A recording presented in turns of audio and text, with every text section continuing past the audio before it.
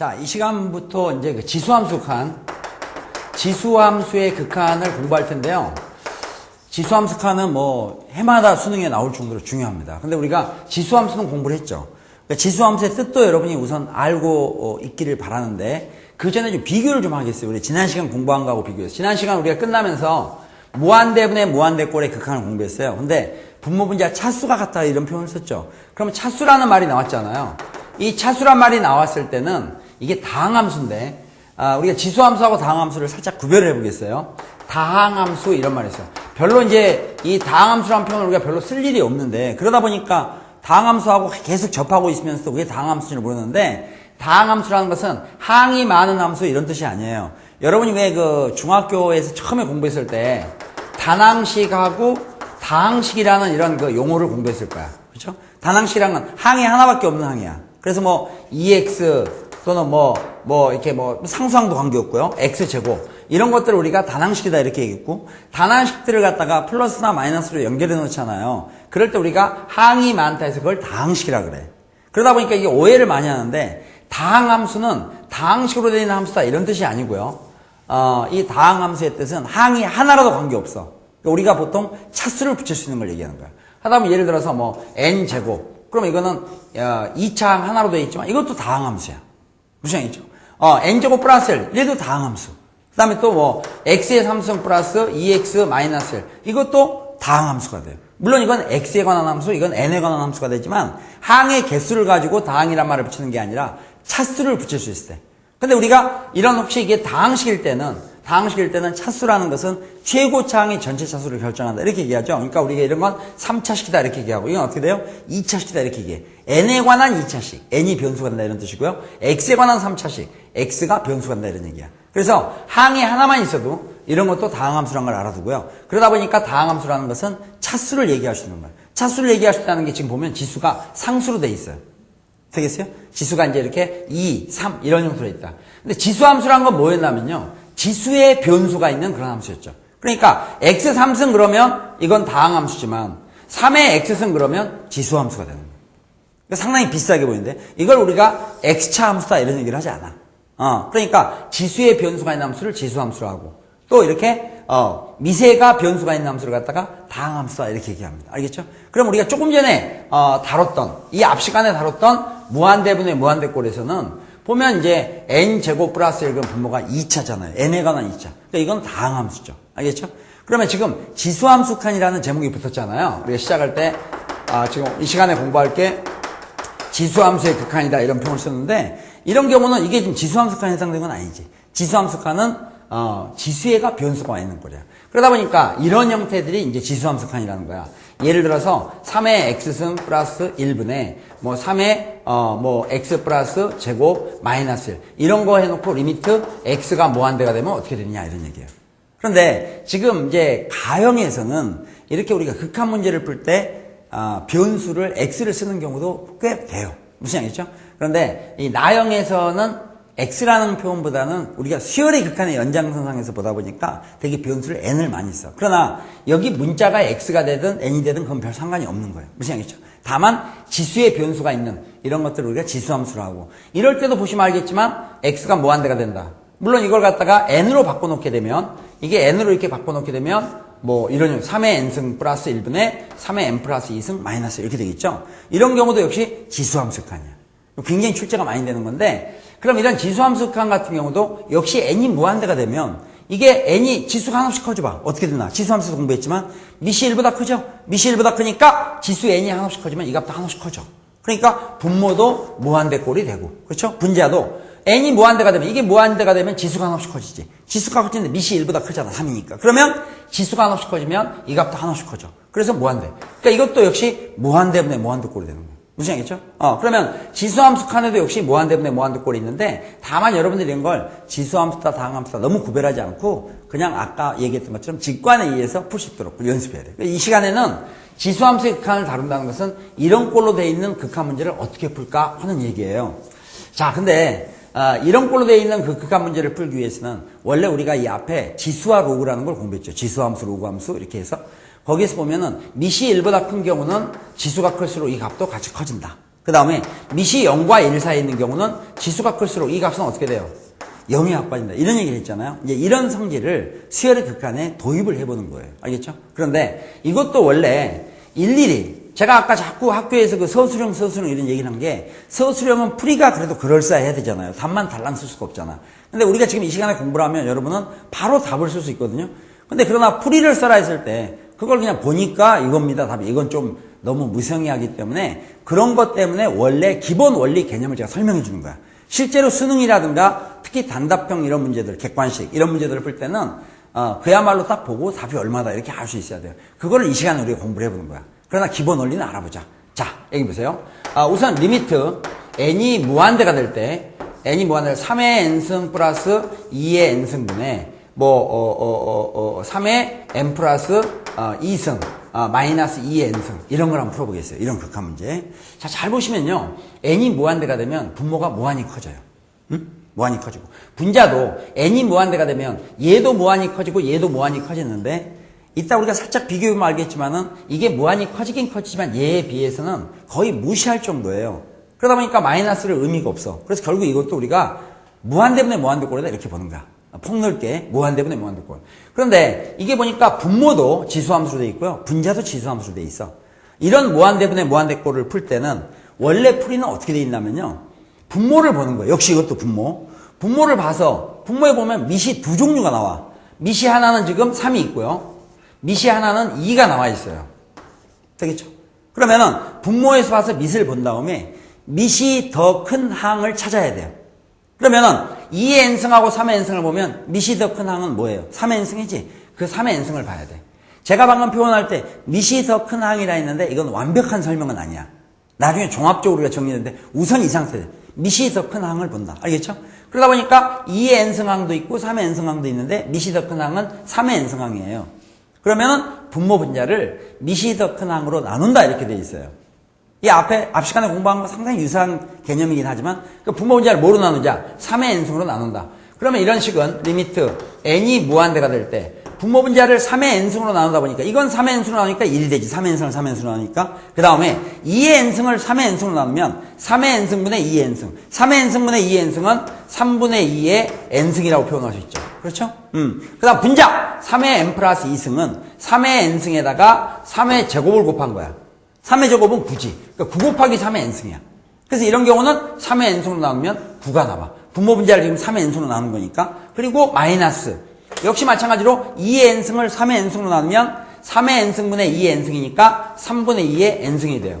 자, 그러면 위에 있는 식을 분모에서 밑이 가장 큰 항으로 분모 분자를 지금 나눈 거야. 나눴더니 지금 이런 형태가 나왔잖아요. 자, 이러다 보니까 자연스럽게 밑이 가장 큰 항으로 나누다 보니까 여기에 있는 이 밑은 어떤 수가 되겠어요? 0과 1 사이에 있는 수가 돼. 즉 절대값이 1보다 작은 수가 돼요. 이런 상황이기 때문에 여기에서 n을 무한대로 보내게 되면 이게 무한히 커져. 그럼 지수함수에서 공부했던 것처럼 어때? 밑이 0과 1 사이에 있는 수죠? 밑이 0과 1 사이에 있기 때문에 절대값이 1보다 작은 수야. 이런 수들은 지수 n이 한없이 커지면 어떻게 됩니까? 0에 가까워지죠. 그렇죠? 이게 0. 얼마에 해당되는 거니까 지수가 한없이 커지면 이러면 0에 가까워져. 그래서 마침내 극한값은 1분의 9만 남게 되니까 답은 1분의 9, 즉 9다 이렇게 쓰게 돼 있는 거예요. 만약에 풀이가 필요하다면 반드시 이런 과정을 거쳐야 됩니다. 무슨 알겠죠? 자, 그런데 우리가 다른 예를 통해서 또 하나 이제 봐야 돼. 오해하면 안 되기 때문에 만약에 리미트 n이 무한대가 될 때 이번에는 마이너스 3의 n승 플러스 2의 n승 이렇게 돼 있고요. 분자애가 마이너스 3의 n 플러스 1승 마이너스 2의 n승 이렇게 돼 있는 경우 조금 전에 제가 어떤 얘기를 했었냐면 이렇게 분모 분자가 지수함수로 돼 있는 형태에서 n이 무한대가 된다 했을 때는 분모를 우선 보고 분모에서 밑이 큰 걸 찾아라 했잖아요. 근데 우리가 숫자상으로 따졌을 때는 여기 마이너스 3하고 2를 비교하면 2가 더 큰 수이긴 해요. 근데 밑이 큰 항이 아니라 좀 더 정확한 표현은 밑의 절대값이 큰 항을 찾는 거예요. 응? 밑의 절대값이 큰 항. 그럼 여기서 보면 밑이 이건 마이너스 3이고 이건 2가 되잖아. 근데 마이너스 3이면 절대값이 3이 되죠? 그러니까 이런 경우는 밑의 절대값이 더 큰 항으로 분모 분자를 나누게 돼 있어. 그러면 2n승하고 마이너스 3n승에서 마이너스 3이 더 절대값이 크기 때문에 분모 분자를 마이너스 3의 n승으로 나눈다. 그럼 이런 경우 리미트 n이 무한대가 될 때 마이너스 3의 n승을 마이너스 3의 n승으로 하니까 1이 되겠죠? 플러스. 이번에는 2의 n승을 마이너스 3의 n승으로 나누면 2의 n승을 마이너스 3의 n승으로 나누면 어차피 n승, n승은 한꺼번에 하면 되니까 이거는 마이너스 3분의 2의 n승 이렇게 돼. 되겠어요? 그 다음에 이거는 마이너스 3의 n 플러스 1승은 마이너스 3의 n승에다가 마이너스 3을 한 번 더 곱한 거지? 그러니까 마이너스 3의 n승으로 나누면 마이너스 3만 남게 되고 마이너스 여기 2의 n승은 마이너스는 빼놓고요. 빼놓고 여기에 있는 2의 n승은 역시 마이너스 3의 n승으로 나누니까 마이너스 3분의 2의 n승. 그래서 분모 분자를 마이너스 3의 n승으로 나누잖아요. 마이너스 3의 n승으로 나누면 이와 같은 형태가 돼. 이때 n이 무한대가 되면 이 지수가 하나씩 커지죠. 지수가 커질 때 이 밑을 보세요. 마이너스 3분의 2. 마이너스 3분의 2는 절대값이 1보다 작기 때문에 여러분 실제로 n 대신에 제곱 3승, 4승, 2, 3, 4 쭉 대입하면 이 값은 절대값이 점차 작아져. 절대값이 작아지다 보면 이게 마이너스 3분의 2의 n승 가만히 생각해봐. n이 짝수면 양수고 n이 홀수면 음수이긴 하지만 절대값은 계속 작아지니까 나중에 0에 가까워지는 거야. 0에 가까워지면 그게 플러스 0이든 마이너스 0이든 의미가 없기 때문에 결국 이게 없어지는 거야. 하다 보니까 남아있는 거는 1분의 마이너스 3만 남게 되죠. 1분의 마이너스 3만 남아서 극한값은 마이너스 3이다 이렇게 답을 하는 거예요. 되겠습니까? 그러면은 지금까지 얘기했을 때 이론상으로 얘기한다면 이렇게 얘기하지. 그러면 결국 이런 형태의 그 지수함수화 문제를 풀 때는 중요한 포인트가 밑을 보는 거야. 좀 더 정확히 얘기하면 밑의 절대값을 봐야 돼. 그래서 밑의 절대값이 큰 거. 밑의 절대값이 큰 거를 분모 분자로 나눠준다. 그럼 나눠주면 효과가 어떻게 되느냐? 결국은 아까 조금 전에 계산서 우리 답이 나왔지만 최종적인 결과는 밑의 절대값이 가장 큰 항 외에는 나중에 밑의 절대값이 가장 큰 항으로 나눠서 n을 무한대로 보내면 결국 0에 가까워진다. 무시가 된다 이런 얘기. 이게 직관이야. 볼 필요 없다. 즉 무한대분의 무한대꼴인데 지수함수 극한에서도 밑의 절대값이 가장 큰 항 외에는 무시한다. 무시한다는 건 결국 그거는 0에 가까워질 거기 때문에. 해서 혹시 문제가 이렇게 출제가 돼 있으면 밑의 절대값이 가장 큰 항이 마이너스 3, 밑이 마이너스 3인 항이잖아요. 그러면 그거를 제외한 나머지 항들은 없는 걸로 생각하고 극한을 구해도 좋다. 되겠어요? 그 다음에 무한대라 하더라도 식이 똑같은 것은 약분할 수 있어요. 그러다 보니까 여기는 마이너스 3의 n승이고 이거는 마이너스 3의 n 플러스 1승이죠? 그러면 이럴 때는 이건 마이너스 3의 n 플러스 1승은 마이너스 3의 n승에다가 마이너스 3을 하면 더 곱한 거나 마찬가지야. 무한대분의 무한대라도 같은 거는 약분 처리할 수 있다. 식에서는. 그러니까 결국 마이너스 3만 남기 때문에 n이 무한대가 되든지 말든지 극한값은 마이너스 3 이렇게 되는 거예요. 되겠습니까? 자, 그러면 여기까지는 학교 주관식 풀이를 대비해서 제가 지금 좀 천천히 설명한 거고요. 실제로 이 지수함수화 문제를 풀 때는 딱 보고 직관해서 풀 수 있어야 되는데 그런 예를 다시 보겠어요. 자, 이번엔 리미트 n이 무한대가 될 때 이렇게 하고요. 분모는 뭐 5의 n승 플러스 3의 n승분의 5의 n 플러스 2승 마이너스 3의 n승이다. 이런 극한 문제를 풀어라. 응? 그러면은 이때 밑을 봐. 5하고 3을 비교해 보니까 둘 다 뭐 양이니까 뭐 절대값이라는 표현 쓸 필요 없겠죠? 밑이 어느 게 더 커요? 5가 더 커. 그러면 이런 거는 무시한다. 아까 방식으로 문제를 풀어봤더니 결국은 이건 0에 가까워질 거니까. 그러면 여러분이 이 문제를 보면 필요한 게 지금 이것만 보여야 돼. 자, 이런 상태에서 5의 n 플러스 2승은 뭐예요? 5의 n승 곱하기 5의 제곱이지. 그러니까 이런 상태에서 이제 똑같이 5의 n승 한 끼리 봤을 때는 똑같은 건 어차피 약분되니까 뭐가 남아있는가를 보면 돼. 하다 보니까 분자에 5의 제곱만 남게 되지. 그래서 극한값은 5의 제곱 25 이렇게 쓰라 이러니. 되겠어요? 자, 그럼 제가 미니 퀴즈를 한번 내보겠어요. 자, 이번에는요, A의 절대값이 B의 절대값보다 크다. 되겠죠? A의 절대값이 B의 절대값보다 크다. 됐습니까? A 절대값이 B의 절대값보다. 그리고 리미트 n이 무한대가 될 때 A의 n승 플러스 B의 n승 분의 A의 n 플러스 1승 플러스 B의 n 플러스 1승. 이 극한값을 구하라. 여러분 가지고 있는 참고서에서 굉장히 많이 널려있는 문제야. 직관이라는 건 보고 아무 산처리 가능하지. 지금 딱 보시면 A하고 B라는 밑이 보여. 그죠? A와 B라는 밑이 보이는데 A가 더 절대값이 크다는 조건이 주어져 있어요. 그럼 A가 더 절대값이 크니까 얘들은 어떻게 해요? 안 봐도 돼. 그럼 실제로 남아있는 건 뭐가 남겠어? AN승분의 AN 플러스 1승만 남아있는 거야. 이런 상태에서는 분자에 있는 AN 플러스 1승은 AN승에다 뭘 곱한 거예요? A 한 번 더 곱한 거지. 그러니까 이게 약분됐다고 생각하면 결국 극한값은 얼마 됩니까? A가 된다. 어떤 무슨 생각 있어요? 풀이는 이렇게 돼 있지만 바로 볼 수 있어야 돼요. 근데 이제 여러분들이 가끔 여기에서 혼돈하는 경우들이 있는데 자, 이런 경우를 어떻게 볼까 하는 거야. 자, 만약에 리미트 n이 무한대가 될 때 2분의 1의 n승 플러스 3분의 1의 n승, 그 다음에 여기는 뭐 2분의 1의 n승, 마이너스 3분의 1의 n승, 이런 경우는 보시면은요, n이 무한대가 되잖아요. 근데 밑이 보니까 비교를 좀 해보고 싶었어. 근데 2분의 1도 있고 밑이 3분의 1도 있는 거야. 근데 아까 얘기에 의하면 밑의 절대값이 큰 거 그 항으로 분모분자를 나누라 그랬잖아. 근데 이런 경우는 둘 다 밑이 0과 1 사이에 있다. 하다 보니까 혼자 마음대로 딱 보고, 이건 n이 무한대가 되는군. n이 무한대가 되면 이거 무한대 되고 무한대니까 이것도 어차피 0이 되고 0이 되고 0이 되고 0이 되니까 다 없애서 0분의 0꼴이다. 이렇게 속단하기가 쉬운데 0분의 0꼴이라는 것은요. 이거는 0을 0으로 나누면 값이 너무 많아. 그래서 우리가 이걸 갖다 부정이라고 그랬죠. 부정. 실제로 나눠봤어요? 0을 0으로 나누면 답이 너무 많다니까. 부정이라는 것은 무수히 많은 값들이 나와. 무수히 많은 값들이 나온다는 것은 극한값이 아니지. 극한값은 단 하나의 값으로 표현할 수 있어야 돼. 그래서 이런 경우를 우리가 뭐라고 값을 못하니까 부정형이라고도 얘기해요. 근데 이 부정형으로부터 단 하나의 극한값을 구하는 요령이 밑이 둘 다 절대값 1보다 작더라도 아까 맨 처음 했던 걸 한번 생각해 보세요. 무슨 얘기가 나왔나? 맨 처음 했던 얘기가 분모분자를 분모에서 밑의 절대값이 가장 큰 항으로 나눠라 그랬어요. 한번 나눠보겠습니다. 그럼 이런 경우는 2분의 1하고 3분의 1 보면 2분의 1이 커. 그러니까 분모분자를 2분의 1의 n승으로 나눈다. 그러면 분모분자를 2분의 1의 n승으로 나누면 n이 무한대가 될 때 분모분자 2분의 1의 n승으로 할게요. 2분의 1의 n승을 2분의 1의 n승으로 나누면 1이 되고요. 그 다음에 여기는 3분의 1의 n승을 2분의 1의 n승으로 나누면 3분의 1을 2분의 1로 나눈 다음에 전체 n승한 거나 마찬가지고 이거는 3분의 2의 n승이 돼요.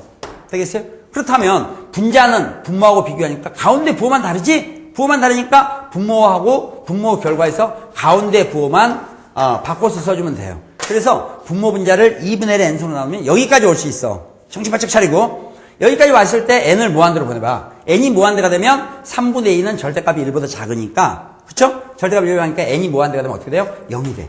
해서 1분의 1, 즉 극한값은 1이다 이렇게 나오는 거야. 됐습니까? 그러면은 이것도 역시 풀이를 써라 하면 이렇게 쓰지만 그렇지 않은 경우는 통합해서 보면 결론적으로 이런 결론을 볼 수 있어. 이런 지수함수 칸에서도 우리가 딱 봐서 밑의 절대값이 0보다 1보다 작아도 좋으니까 일단 밑의 절대값이 가장 큰 항 외에는 무시한다. 무시한 이유는 결국 나중에 0으로 가까워질 거니까. 알겠어요? 그래서 딱 보고 2분의 1, 3분의 1 비교하니까 밑이 어느 게 더 커요? 2분의 1이 크다. 그러면은 밑이 3분의 1이라면 전 무시한다. 남아있는 것만 가지고 본다. 2분의 1 n승분의 2분의 1 n승 똑같다. 약분하면 얼마 되겠어요? 1 해서 극한값을 바로 처리합니다. 자, 이게 되겠죠? 그러면은 다시 마지막으로 최종 정리를 하고 이제 한번 여러분 다른 삼각함수 같은 데도 어떻게 가나 한번 보도록 하겠어요? 자, 이거 보세요. 리미트. n이 무한대가 될 때. 자, 아까 최종 정리입니다. 만약에 이게 a n승 플러스 b의 n승이 있고, 그 다음에 여기 a n 플러스 1승 플러스 b의 n 플러스 2승이 있다. 이렇게 돼 있을 때요. 이 극한을 구하라 그랬을 때. 이거 극한을 구하라. 그럼 여기서 우리 관심사가 뭐예요? 밑을 봤을 때 밑이 a도 있고 b도 있다. 어떻게 되겠어요? 밑이 a도 있고 b도 있는데 관심사는 어느 게 더 절대값이 클까요? 앞에 조건에 따라 다르겠지? 이번에는 a 절대값보다 b의 절대값이 크다 이렇게 얘기하고 이 값이 3일 때 b 값을 구하라. 이런 문제를 풀어보죠. 그럼 이런 경우는 b의 절대값이 더 크다고 주어져 있죠? 그리고 얘의 극한값을 구했더니 3이 돼요. 그리고 b 값을 구하라. 그럼 우리가 극한값을 구해야 될 텐데 a보다는 b가 절대값이 크기 때문에 a항은 무시합니다. 밑이 a항은 무시. 그러면 결국 남아있는 거는 b의 n승분의 b의 n 플러스 2승 이걸 가지고 극한값을 구하는 건데 지금 분자가 b의 n 플러스 2승인데 b의 n 플러스 2승은 어떻게 돼요? b의 n승에다가 b의 제곱을 곱한 거죠. 그렇죠? 그러다 보니까 bn승 없다고 생각하면 결국 극한값은 얼마 되겠어요? b의 제곱이 되는 거예요. 그 b의 제곱이 되는데 b의 제곱이 3이다 이런 결론이 나왔죠? b의 제곱은 3이다. 되겠습니까? 여기 b 값 구하라는데 앞에 이래야 되겠다. 양수 b의 값을 구하라 이러는 거죠. 알겠죠? 그럼 양수 b의 값을 구하라면 b 제곱이 3이란 걸 알았으니까 양수 b는 뭐가 되겠어요? 루트 3. 원래 b는 플러스 마이너스 3인데 b는 루트 3 이렇게 했죠. 양수 b를 구하라면 루트 3 이렇게 처리하면 되겠죠. 어때? 이게 되겠습니까? 자, 그러면은 이제 우리가 잘못하면 속는 문제를 보도록 하겠습니다. 자, 집중 여기 잘 보세요. 여러분 우리가 지수함수에서 이런 걸 했는데 2의 n승을 제곱해봐.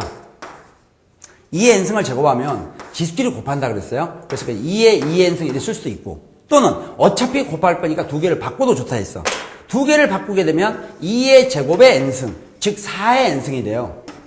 그래서 여러분이 밑을 볼 때 주의사항. 제가 조금 전에 얘기할 때 그랬잖아요. 밑의 절대값이 큰 것 빼놓고 나머지를 무시하라. 어차피 그 값이 0이 될 거니까. 근데 그 밑을 볼 때 눈에 보이는 밑을 보지 말고 그 기준은 지수에서 나와 있는 n의 개수가 1인 거를 기준으로 해야 돼. 그러니까 2의 2n 승항이 있다 해서 밑이 2라고 생각하면 안 돼. 이건 n의 개수가 얼마예요? 2. 2면 실제로 얘는 4의 n승이기 때문에 이럴 때는 밑이 4가 된다. 이런 걸 조심해야 돼. 그러다 보니까 우리가 이런 문제에서는 속으면 안 되겠지? 리미트 n이 무한대가 될 때 3의 n승 플러스 2의 2n승 그리고 여기서 3의 n승 마이너스 이게 4의 n승 이런 거. 이런 형태에서는 보면 어떻게 보면 밑이 세 종류인 것처럼 보여요. 그렇죠? 지금 보니까 밑이 2도 보이고 3도 보이고 4도 보인다. 그러면 밑이 4인 것만 남는다 해서 얘를 죽이면 안 되고 여기 2의 2n승이라는 것은 지금 보니까 2의 제곱을 n승한 거야. 실제로 뭐예요 이게? 4의 n승하고 똑같은 거지? 4의 n승하고 똑같다 보니까 그러면 여기 밑이 3인 거 4인 거 3인 거 4인 거 이렇게 있는 거야. 하다 보니까 얘가 무시되는 거예요. 되겠어요? 그럼 밑의 절대값이 가장 큰 것만 남겨야 되니까 여기에서 분모는 마이너스 부호 조심하고요. 마이너스 4의 n승이 되고 분자는 플러스 이 자체가 실제로는 4의 n승이 된다. 이렇게 봐야 되겠지. 하다 보면 이게 마이너스 4의 n승 플러스 4의 n승이니까 똑같은 거 약분하고 나면 어떻게 되겠어요? 마이너스 1분의 1이 되는 거야. 마이너스 1분의 1이니까 그 값은 얼마예요? 마이너스를 이렇게 쓸 수 있겠죠. 어때? 무슨 얘기겠죠? 네. 자, 그럼 여기 잠깐 상가함수를 우리가 잠깐 보겠어요. 상가함수 그래프를 보는데 여러분이 고등학교 1학년 맨 마지막 단원에서 수학과에서 상가함수의 그래프를 공부했을 텐데요. 자, 상가함수 그래프를 갖다 우리가 좀 이해를 해야 돼. 특히 1사분면에서. 이게 이제 지수함수 칸에서 간접적으로 나왔어요. 여러분이 신속하게 답을 낼 수 있어야 되는데 자, 조금 전에 지수함수 칸의 의도는 뭐였냐면 밑의 절대값이 어느 게 크냐 그걸 본다고 그랬잖아요. 근데 상가함수 그래프는 보면 사인이라는 게 있고요. 사인 y는 이퀄 사인 세타 또는 사인 x 이런 그래프가 있고 y는 코사인 x 이런 그래프 있고 y는 탄젠트 x 그래프가 있는데 우선 사인과 코사인의 그래프는 원래 똑같아요. 응? 사인과 코사인 그래프가 똑같아. 사인 코사인 그래프가 어떻게 만들어지느냐? 길이가 1인 끈이 있어. 네, 끈이 있으면 좀 돌려봐. 길이가 1이 되는 끈이 있는데 이거를 빙빙 돌려.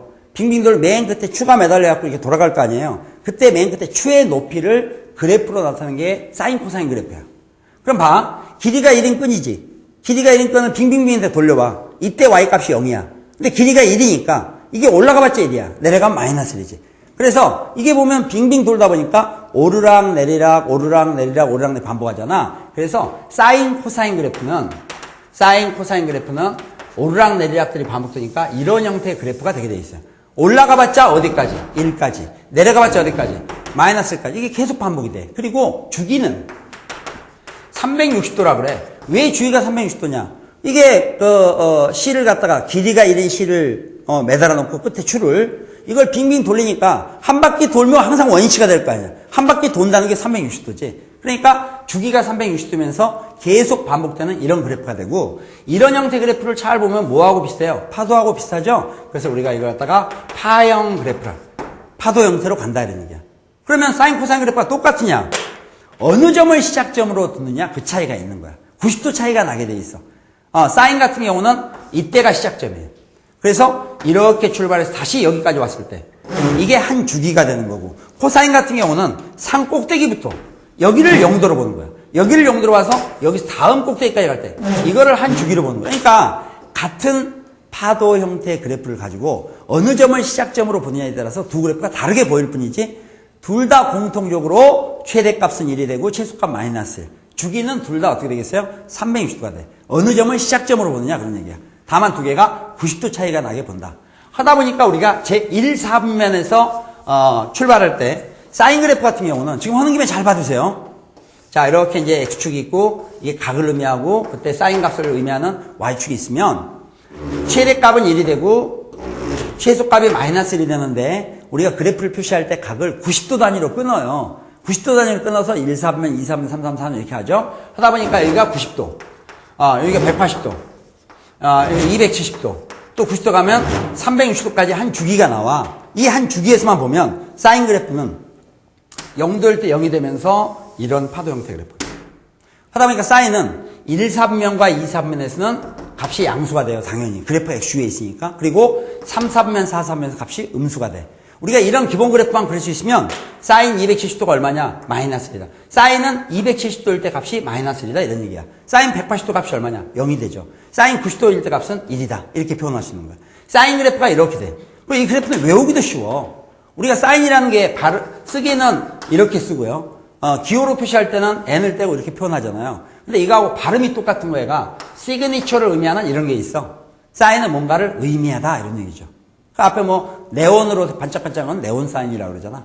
또 간판을 사인 보드 이런 말도 써. 그러면은 사인 그래프는 뭔가를 나타낸다고 연상을 해봐. 이게 뭘 나타내나? 여러분 많이 쓰고 있는 것처럼 문자 쓸 때도 많이 쓰지만 바로 이거죠. 그렇죠? 뭐 잘자 이럴 때 이 뒤에 꼬리 붙이잖아. 이런 사인을 의미한다. 또는 몇 시부터 몇 시까지. 어디서부터 어디까지. 그렇죠? 그래서 사인 그래프는 이런 꼴로 된다는 것을 머릿속에 일단 띄우면 쉽게 알 수 있잖아요. 그 다음에 코사인 그래프. 코사인 그래프는 아까 보면 산 꼭대기에서 다음 산 꼭대기까지야. 그래서 코사인 그래프를 그려보면 이렇게 나와. 자, 잘 봐야 되는데 이렇게 해서 마치 거지 바가지 같은 이런 모양. 이런 모양이 코사인 그래프가 나와. 하다 보니까 사인과 코사인이 1, 4분면에서 만난다는 게 무슨 얘기냐? 그때 값이 같다는 거야. 이 만날 때는 보면 상황을 보니까 중간에 0도하고 90도 사이 정중앙에 45도일 때 만나는데 그래서 사인이나 코사인이나 45도일 때는 값이 같다. 알겠어요? 사인이나 코사인이나 45도일 때는 만난다는 것이 그때 y값이 같다는 얘기야. 그런데 지금 우리가 1, 4분면만 놓고 보면 여기서 사인과 코사인의 값이 이런 변화가 있다는 걸 알 수 있어. 사인 그래프는 1, 4분면에서 쌓아간다. 계속 커져. 이게 지금 사인이야. 그죠? 이게 사인. 그 다음에 코사인은 이렇게 흐르고 있어. 콧물처럼. 이게 코사인이야. 중간에 45도일 때 만나. 근데 45도를 기점으로 그 전에는 45도 기점은 그 전에는 코사인 그래프가 사인 그래프보다 위에 있어. 위에 있다는 값이 더 크다 이런 얘기야. 지금 건성으로 들으면 날아가. 암산으로 바로 나올 수 있으면 시간 많이 걸리니까 잘 봐야 돼요. 지금 보니까 45도 이전에는 사인은 올라가고 있고 코사인은 내려오고 있기 때문에 어쨌든 코사인이 더 그래프가 위쪽에 있어. 그러니까 45도 이전에는 사인보다는 코사인 값이 어떻게 되겠어요? 커. 그런데 45도일 때 만나서 값이 같고 45도를 지나서 90도까지는 사인 그래프가 이제 뒤집혀서 위로 가고 코사인이 밑으로 가. 그러다 보니까 어떻게 되겠어? 45도와 90 사이에서는 사인 그래프가 더 위쪽에 있기 때문에 사인 값이 코사인 값보다 커. 그러나 공통점은 1, 4분면에서 0도하고 90도 사이에서는 사인 값이든 코사인 값이든 0과 1 이런 범위 내에서 움직이는 거죠. 알겠죠? 값이. 0하고 90도까지 범위 내에서는 사인이든 코사인이든 값은 0에서부터 어디까지? 1까지. 그럼 0에서부터 1까지면 절대값이 1보다 작거나 같은 그런 값을 간다는 얘기야. 그러나 조금 전에 제가 지수함수 얘기했던 것처럼 절대값이 1보다 작든지 크든지 그게 중요한 게 아니라 어느 게 절대값이 크냐 기준이 1이 아니라는 얘기야. 그러니까 여러분 여기서 보면 일일이 시험장에서 보는 게 아니라 미리 좀 알아야 되는데 0도 90도 사이에 중간에 45도일 때는 사인 코사인 값이 같고 그 전에는 사인보다는 코사인이 크고 그 다음에 45도와 90 사이에서는 코사인보다는 사인이 더 크다. 이걸 기억해 주면 되겠어요. 어때? 무슨 얘기겠어요? 자, 그러면 이제 제가 각을 구분할 때요. 여기 보세요. 각을 구분할 때 만약에 어떤 세타가 있는데 세타가 0도와 45도 사이에 있다. 그러면 아까 45도일 때 맞는데 그 전 단계지. 전 단계 코사인은 어떻게 됐어요? 내려오고 있고 사인은 올라오고 있으니까 이때는 사인 세타보다는 코사인 세타 값이 더 좋다? 크다. 되겠죠? 사인 세타가 코사인 세타 크다. 또 이번에 반대로 이 구간을 바꿔서 45도와 90도 사이에서는 어떻게 됐나 봐. 45도 90도 사이에서는 아까는 사인이 더 밑에서 올라가고 있었지만 45도를 지나면서 사인 값이 코사인 값보다 크다는 걸 알 수 있어. 물론 이런 값들은 절대값이 1보다 작거나 같은 범위의 값을 갖지만 이런 신경 쓰지 말고 어느 게 더 큰지 작은지를 판단할 수 있어야 돼. 이걸 억지로 외우지 말고 잘 그냥 그림을 연상해 가면서 아까 사인은 커지고 있고 코사인은 내려오고 있으니까 코사인 내려오니까 어때? 전반부에서는 45도 이전에서는 코사인 값이 어떻다? 크다. 그 다음에 가면서 뒤집히니까 후반부에서는 45도 지나면 사인 값이 어떻게 된다? 크다. 이렇게 기억을 해주면 되겠어요. 어때? 되겠어요? 자, 그러면은 제가 문제를 한번 비교해서 보겠습니다. 10번 보세요. 리미트 n이 무한대가 될 때, 리미트 n이 무한대가 될 때, 3의 n승 플러스 2의 n승분에 3의 n 플러스 1승 마이너스 2의 n승. 이런 극한을 구하라 그러면 이제 딱 보고 밑을 보니까 밑이 3하고 2가 보이지? 밑이 어느 게 더 커? 3. 그러면 무시. 되겠죠? 그럼 3의 n승분에 3의 n 플러스 1승. 3의 n 플러스 1승은 3의 n승에다가 3을 한번 더 곱한 거지? 하다 보니까 이게 약분 오고 나면 답은 얼마가 되겠어요? 3. 이렇게 얘기했죠. 다시. 또 이런 문제도 했잖아요. 이번에는 뭐 A의 절대값이 B의 절대값보다 크다. A의 절대값, B의 절대값보다 클 때는 리미트 n이 무한대가 될 때, 이때는 A의 n 플러스 2승 플러스 B의 n 플러스 2승, 분모 A n승 플러스 B n승, 이런 극한을 구하랬을 때도 딱 보고 우리 A 값, B 값 필요 없이 그 미세 절대값의 대수관계만 하면 된다니까. 딱 보니까 B의 절대값보다 A 절대값이 크지? 그럼 A가 더 절대값이 커. A가 더 절대값이 크면 얘는 어떻게 돼요? 무시. 그러면 A n승분의 A n 플러스 2승인데 이제 일일이 고치지 않더라도 분모가 A n승이고 분자는 A의 n 플러스 2승이지. 그럼 이건 A n승에다 뭘 곱한 거야? A 제곱만 더 곱한 거야. 그러니까 A n승분의 A n승에 A 제곱 곱한 거니까 극한값이 얼마다? A의 제곱이다. 이렇게 썼죠. 됐어요? 그럼 여러분 쉽잖아 이게. 이게 쉬우면 당연히 조금 전에 우리가 삼각함수의 기본 그래프에 대해서 공부했으니까 이것도 쉬워야 돼. 자, 리미트 n이 무한대일 때 혹시 이것도 모르는 학생 있을려나? 여러분 사인 세타를 제곱한다 할 때 제곱을 어디에 표현하게 돼 있어요? 이 사인 세타를 두면 사인 세타 제곱. 제곱은 여기다 쓰는 게 아니라 여기 쓰게 돼 있습니다. 알겠죠? 이게 약속이니까. 그러면은 이번에는 n이 무한대가 될 때 잘 봐야 될 텐데 사인 세타의 n승 플러스 코사인 세타의 n승 분의 사인 세타의 n 플러스 1승 플러스 코사인 세타의 n 플러스 1승의 극한을 구하라 이런 얘기야. 그럼 이렇게 되면 갑자기 왠지 문제가 있잖아요. 아까 숫자로 막 2, 3 이렇게 나올 때 비해서 미시 지금 보니까 사인 세타와 코사인 세타가 나와 있는 거야. 미시 사인 세타와 코사인 세타. 사인 세타, 코사인 세타는 어때? 1보다 큰 값을 못 갖지? 그렇지만 우리가 지수함수 구할 때는 그 미시 1보다 크냐 작냐 이런 게 중요한 게 아니었어. 둘 다 0과 1 사이에 있어도 관계없다고 아까 제가 숫자를 가지고도 해봤어요. 그러면 이런 극한을 구하려면 관심사가 뭐야? 밑을 비교해가지고 어느 게 더 절대값이 클까를 봐야 되는데 이 사인 코사인이 어느 게 더 절대값이 크냐 하는 것은 이 상태에서는 모르고 여기 나와 있는 각 세타가 어디에 위치했는지를 알아야 돼. 되겠어요? 그럼 만약 문제에서 세타가 0도하고 45도 사이에 있다 이렇게 조건이 주어집니다. 단 세타는 0도와 45도 사이에 있다. 그럼 아까 어떻게 됐어? 0도 있지, 90도 있죠, 중간 45도 있죠. 근데 지금 여기 주어진 각이 전반부에 해당되지? 어떻게 했어요? 0도하고 45도니까. 그럼 전반부면 머릿속에 그림을 띄워보면 되지. 사인이 큰지 코사인이 큰지. 어떻게 0과 45도 사이에 있으면 뭐가 더 큽니까? 코사인이 커, 코사인. 사인은 올라오고 있으니까. 코사인이 크기 때문에 이런 범위 내에서는 사인 세타와 코사인 세타에서 코사인 세타 값이 크니까 미세 절대값이 더 큰 거를 뺀 얘가 무시가 돼요. 실제로 문제를 풀 때는 남아있는 거 얘만 가지고 풀어라 이러기는. 알겠죠? 근데 여기는 보니까 코사인 세타를 n승한 거고 이건 코사인 세타를 뭐야? n 플러스 1승. n 플러스 1승 코사인 세타를 n승한 다음에 코사인 세타를 한 번 더 곱한 거나 마찬가지지? 똑같은 거 약분 처리했다고 생각하면 결국 답은 어떻게 되겠어요? 코사인 세타. 그래서 극한값은 코사인 세타 이렇게. 이것도 제가 지금 이렇게 표현했지만 아마 여러분은 이론을 알고 있으면 직관에서 바로 풀 수 있으라고 생각합니다. 무슨 얘기겠죠? 자, 그러면 다시 여기서 한 문제만 더 이 관련된 문제를 보도록 하겠어요. 자, 이번에는 세타가 45도와 90도 사이에 있다 이렇게 쓰고요. 이랬을 때 리미트 n이 무한대가 될 때 자, 여기 사인 세타의 n 플러스 1승 플러스 코사인 세타의 n 플러스 1승 분의 여기에 사인 세타의 n 플러스 2승 마이너스 코사인 세타의 n승 이런 걸 풀어봐라. 그럼 여기서는 우선 미시 사인 세타도 있고 코사인 세타도 있지. 그러면 미시 사인 세타 코사인 세타 있으면 우리가 어느 게 더 미시 큰가를 봐야 돼. 그런데 45도와 90도 사이라는 세타 조건이 주어져 있어요. 후반부야.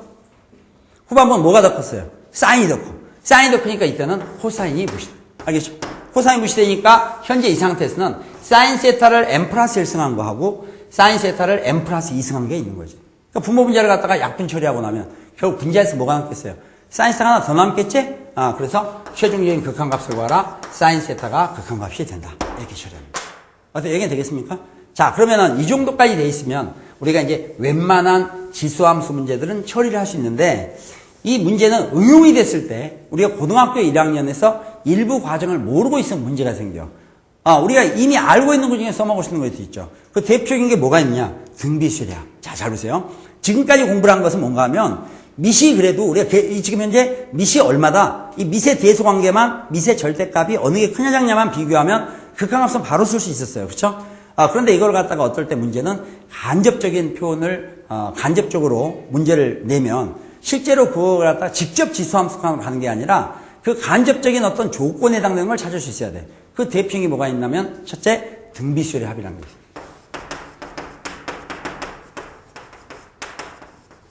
근데 등비수열의 합은 우리가 등비수열을 공부했지. 그러니까 이게 순서대로 공부하잖아. 우리가 등비수열의 합은 어떻게 구했나 한번 생각해 보세요. 맨 처음에 뭐가 필요해요? 공비. 그렇죠? 공비가 만약에 R이다. 그러면 R-1분의 R-1. 그 다음에 분자에 나온 공비에다가는 어떻게 해요? 항수승. 하다 보니까 항이 N개면 N승. 명심해야 돼요. N개면 N승. N 플러스 1개면 N 플러스 1승 이렇게 씁니다. 그리고 맨 나중에 뭘 써? 여기다가 곱하기 첫 번째. 이러면 등비수열의 합을 구할 수 있어요. 등비수열 합 공식을 다시 한번 잘 기억하고요. 자, 그런 상태에서 제가 이제 1차 응용 문제입니다. 등비수열 합을 이용하는 문제.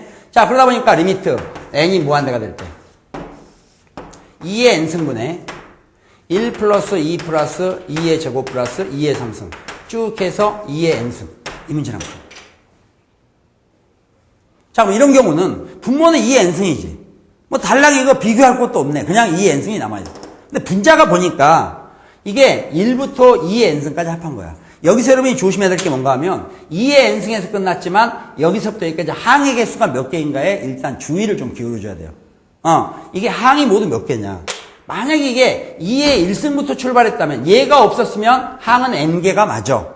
근데 앞에가 1 플러스가 들어가 있지? 그러니까 항은 몇 개 되겠어요?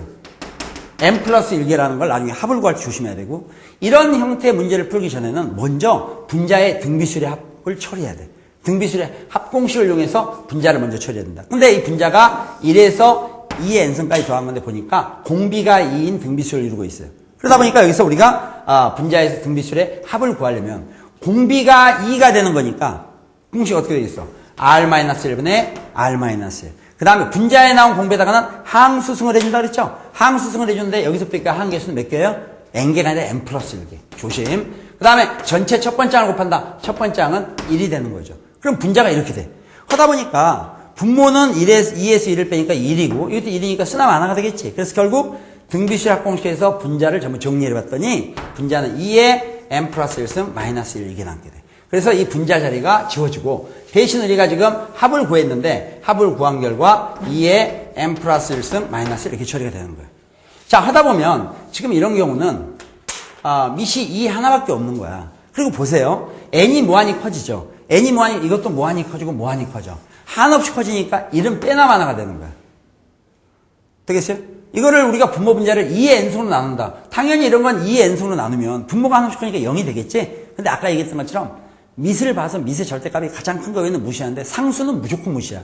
왜냐면 얘는 한없이 커지고 있어도 얘는 상수는 고정되어 있기 때문에 당연히 무시가 되는 거야. 그래서 결국 조금 전에 주어진 그런 문제는 일단 바로 구할 수 있는 것이 아니라 분자, 그 분자에서 등비수열의 합공식을 이용해서 처리를 해야 되겠죠. 그죠? 합공식 처리해서 일단 나온 다음에 이걸 가지고 그 함수 구하라는 얘기야. 자, 근데 보니까 분자가 2의 n 플러스 1승이죠? 2의 n 플러스 1승이면 2의 n승에다 뭘 곱한 거예요? 2를 곱한 거. 알겠어. 답은 어떻게 되겠어요? 똑같고 약분 나오면 2. 어떻게 했습니까? 등비수열의 합은 우리가 수열에서 공부한 지 별로 안 됐기 때문에 충분히 그걸 이용해서 볼 수 있는데 방금 그런 문제도 모든 교과서에 표준적으로 실려있는 문제예요. 다만 조심할 건 뭔가 하면 이 지수에 와 있는 지수, 아까 등비수열 합을 구할 때 지수에는 항의 개수를 한다 했는데 맨 끝에 있는 지수만 딱 보고 그냥 항의 n개다 이렇게 해서 오답을 내면 안 된다. 되겠어요?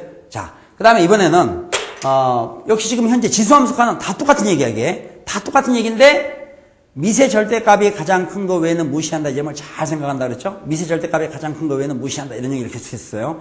그리고 응용으로서 첫 번째 우리가 미시 삼각함수가 돼 있을 때 아까 사인 코사인 있었죠? 사인 코사인에서는 어느 게 크냐를 갖다 비교할 때 어떻게 한다? 세타에 따라 달라진다. 그 세타 기준이 0도하고 45도 사이에 있느냐 45도와 90도 사이에 있느냐에 따라서 사인이 살아남을 건지 코사인이 살아남을 건지 이게 1차적 점검. 그 다음 두 번째 얘기했던 게 뭐야? 두 번째 얘기했던 것은 분자의 또는 분모의 등비수열의 합 형태로 주어지면 그 상태로 구하는 것이 아니라 일단 합공식을 이용해서 정리를 한 다음에 그리고 나서 처리를 한다 그런 얘기였어요. 마지막으로 딱 하나 남은 게 뭔가 하면 양의 약수의 합이야. 이것도 역시 고등학교 1학년 과정인데 이 양의 약수의 합도요 계속 언급이 되고 있어. 계속 언급되고 있기 때문에 양의 약수의 합에 대해서 여러분들이 명확히 알아야 되는데 이 양의 약수의 합은 우선 약수가 뭔지를 먼저 알아야 돼요. 응? 그래서 우선 이 시간 끝날 때까지 일단 제가 우선 이 공식을 설명해 줄 텐데, 고등학교 1학년 때 공부했더라도 다시 한번 점검해서 우리가 지수함수 칸에 이게 즐겨 나오거든요. 그때 망설임 없이 바로 쓸 수 있도록 연습이 돼 있어야 돼요. 자, 우선 약수. 약수의 뜻. 이것도 제가 물어보면 학생들이 많이 틀려요. 특히 그 언격결에 그냥 갑자기 물어보면 되게 틀려. 제가 먼저 테스트를 해보겠어요. 만약에 여러분 이제 초등학교 때부터 약수를 좀 공부했으니까, 그래서 한번 직접 물어봤으면 참 좋겠는데, 여기 참석한 사람도. 6의 약수가 몇 개냐? 6의 약수의 개수를 구하라. 뭐 약수의 뜻은 좀 이따 하더라고. 6의 약수가 몇 개냐? 몇 개가 되겠어요? 6의 약수가. 한번 생각을 해봐요. 몇 개입니까? 만약에 혹시 6의 약수가 뭐 1도 있고, 뭐 2도 있고, 3도 있고, 뭐 6도 있고, 이렇게 해서 4개라고 얘기를 한다면 지금부터 무릎 꿇고 들어야 돼요. 알겠어요? 그렇게 쉬우면 안 돼요. 그러니까 공부는 어정쩡해야 뭐 하나 많아요. 그럼 왜 4개라고 답을 하느냐? 약수의 뜻을 정확히 몰라서 그래. 그래서 이런 상태에서 문제를 푸니까 문제는 문제대로 풀고 열심히 풀고 결국 틀리고 맨날 이렇게 되는 거야. 공부나 하나가 되는 거지. 하나라도 제대로 해야 된다니까. 약수의 뜻. 약수는 정수들을 갖다가 곱해요. 2개를 곱해도 좋고 3개를 곱해도 좋아. 정수를 쭉 곱해. 그래서 뭐 2도 곱하고 뭐 5도 곱하고 이렇게 해서 일단 10이 나왔어. 그러면 정수를 곱해가지고 어떤 정수가 나왔죠. 정수하고 정수를 보면 정수니까 그때 이 앞에 곱한 정수들 얘들을 갖다가 10의 약수라고 해요. 약수, 10의 약수. 그러니까 약수는 일단 정수가 돼야 돼요. 정수라는 말 중요합니다. 약수는 일단 정수가 돼야 돼. 정수들을 곱해서 어떤 수가 나왔어. 그럼 앞에 나온 이런 수들을. 얘들을 갖다 우리가 다른 말로 인수라고 돼. 인수는 뭐냐? 곱하기로 표현되어 있는 거야. 곱하기로 표현되어 있는 걸 인수라고 그래. 그러니까 우리가 어떤 정수하고 정수를 곱해서 어떤 수가 나왔다. 그때 이 곱하기로 연결된 얘들을 인수라고 얘기하는데 이 인수가 바로 이 정수의 약수가 돼요. 그러니까 얘들은 인수도 되고 약수도 되는 거야. 됐습니까? 그러면은 소인수란 말도 있어. 그럼 소인수는 뭐냐? 곱하기로 표현되어 있는데 그 수들이 소수로 되어 있을 때. 그럼 소수라는 건 또 뭐냐? 소수는 이게 소수가 아니라 한자로 쓰면 이게 이렇게 돼요. 원소가 되는 수. 더 이상 쪼갤 수 없는 수를 갖다가 소수라 그래. 소수. 그런데 인수는 곱하기로 연결되어 있을 때 인수를 하는데 걔들이 소수일 때는 결국 얘들은 소수도 되고 인수도 되기 때문에 그걸 우리는 따져봐서 소인수라고 얘기하는 거예요. 그러면 우리가 이런 경우를 10은 2와 5의 곱으로 표현할 수 있지. 그러면 10이라는 수를 2개의 소인수로 쪼개놨잖아. 이걸 우리는 소인수 분해라 그래요. 되겠어요? 그러면 소인수 분해라는 뜻은 뭐냐? 어떤 정수가 있는데 그 정수를 소인수 분해한다는 것은 그 정수를 소수들의 곱으로 표현했다 이런 뜻이야. 여기 되겠죠? 자, 그러면 이제 이 소수, 지금 용어가 벌써 몇 개 나왔어. 소수란 말도 있었지. 인수란 말도 있었지. 둘 다 되는 걸 뭐라고 그랬어요? 소인수라고 얘기했죠. 그렇죠? 인수라는 건 곱하기로 표현된다 이런 얘기고 인수는 곱하기로 표현된다. 소수는 더 이상 쪼갤 수 없는 수다. 그런데 그런 소수되고 인수된 걸 소인수로 하고 소인수들의 곱으로 표현한 걸 소인수 분해를 한다. 지금 소인수 분해를 우리가 곧 해야 될 거거든요. 그것도 여러분이 초등학교 때 했던 이런 식으로 하면 안 돼. 안 된다는 게 아니라 시간 가는 줄을 몰라. 180을 소인수 분해하라고 뭐 180 쓰고 난 할 수 있다. 2로 하니까 90, 이런 식으로 하면은 세월 가는 줄을 몰라. 누가 갑자기 36,000 또는 18,000 소인수 분해하면 밑에 칠판 밑에까지 내려갈 거 아니야. 그게 아니라고. 지금 이 기본 원리를 잘 알면 순식간에 해칠 수 있기 때문에 용어들을 정확히 알아야 되는 거야. 자, 여기 다시. 인수는 뭐라고요? 곱하기로 표시하는 거. 되겠죠? 곱하기로 표시. 소수는 더 이상 쪼갤 수 없는 수. 그러니까 2나 3 같은 경우는 더 이상 못 쪼개지. 8은 소수가 아니지. 8은 또 다시 이렇게 쪼갤 수 있잖아. 그러니까 이런 건 소수가 아니야. 그러면 이게 소수가 아닌 수는 또 합성수라 그래. 원소가 되는 것들을 합성했다 해서. 합성수는 몰라도 되겠어. 그러면 소수되고 인수될 때 그걸 우리는 소인수다 이렇게 얘기했어요. 이렇게 되겠어요? 그러면 어떤 수를 소인수들의 곱으로 표현한 걸 소인수 분해를 한다. 거기까지 얘기했습니다. 그럼 약수는 뭐냐? 약수는 어떤 수가 있는데 그 수를 갖다가 소수의 곱으로 표현했을 때 이런 수들을 갖다가 어떤 소수와 어떤 소수를 갖다가 어떤 소수와 어떤 소수를 갖다 곱했다. 근데 이건 소수가 아니라도 일단 인수라도 관계없어요. 일단 곱하기니까 소수까지 안 와도 좋으니까 인수하고 인수들을 곱했죠. 인수와 인수를 곱해서 어떤 수를 만들어냈을 때 이런 수들을 갖다가 이 10에 뭐라 그래요? 약수를 한다. 그럼 10은 뭐냐? 10은 이런 수들의 배수예요. 약수와 배수 그러잖아. 10은 뭐냐? 2에 5배 한 거지.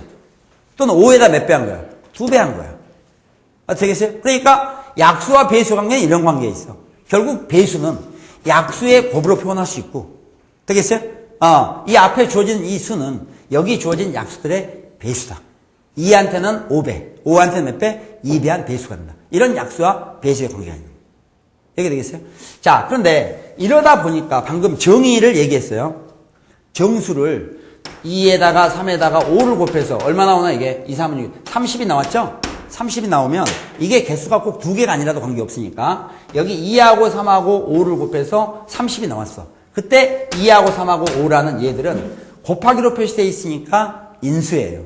그렇죠? 인수. 소수로 되어 있기 때문에 소인수이기도 해. 또 이건 소인수 분해가 됐어.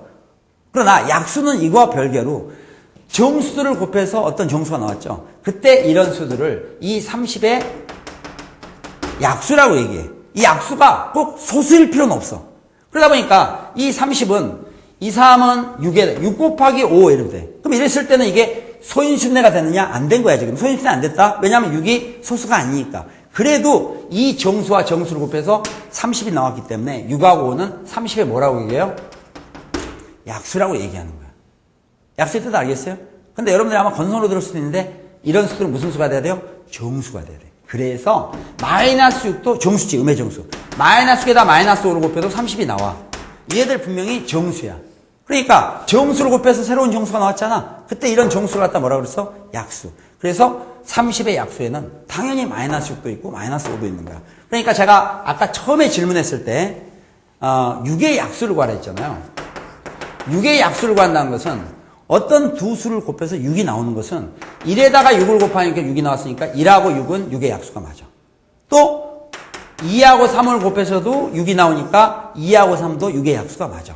그래서 우리가 6은 1, 2, 3, 6이라는 약수를 갖는 게 맞는데 이런 게 약수라면 마이너스 1에다가 마이너스 9를 곱해도 6이 나오고 마이너스 2에다가 마이너스 3을 곱해도 6이 나오기 때문에 마이너스 1, 마이너스 2, 마이너스 3, 마이너스 6도 6의 약수야. 정의가 그래. 왜냐면 얘들도 정수니까. 하다 보니까 6은 약수가 모두 8개가 나오고 여기서 우리가 알 수 있는 성질은 A가 약수라면 마이너스 A도 자동적으로 약수가 되는 거야. 무슨 양 있어요? 그런데 초등학교 때 음수를 쓰면 머리가 아프잖아. 초등학교 애들한테는 그런 걸 쓰지를 못하다 보니까 지금 6의 약수는 일단 1, 2, 3, 6이 있었고 이게 약수가 되면 마이너스 1, 마이너스 2, 마이너스 3, 마이너스 6도 약수가 돼서 6의 약수는 전부 이렇게 8개가 나오게 돼 있는데 만약에 여러분한테 이런 논리로 간다면 약수의 총합이라는 문제가 의미가 없겠지. 왜냐면 어떤 수든지 A가 약수면 마이너스 A도 약수가 돼. B가 약수면 마이너스 B도 약수가 돼. 그러면 약수의 합을 구하라 했을 때는 문제가 안 되잖아. 왜냐면 어떤 수든지 약수를 합하면 항상 얼마 나오겠어요? 0이 나오니까 그 문제 의미가 없지. 그래서 구분을 한 거야. 위에 있는 얘들을 우리는 양의 약수라고 합니다. 그러니까 그냥 약수란 말과 양의 약수는 달라.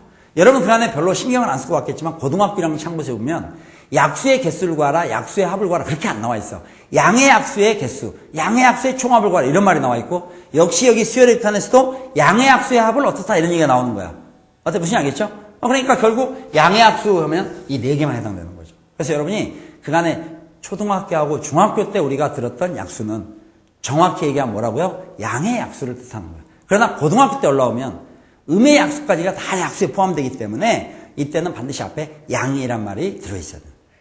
어때 무슨 알겠어요? 그래서 이런 것들 좀 조심해서 문제를 풀어줘야 됩니다. 자, 그러면 이 양의 약수의 총합을 구하는 공식이 조금 우리가 외워야 되고 왜 그런지 이유를 좀 알아야 돼요. 다음 시간에 계속 하도록 하겠습니다. 수고했습니다.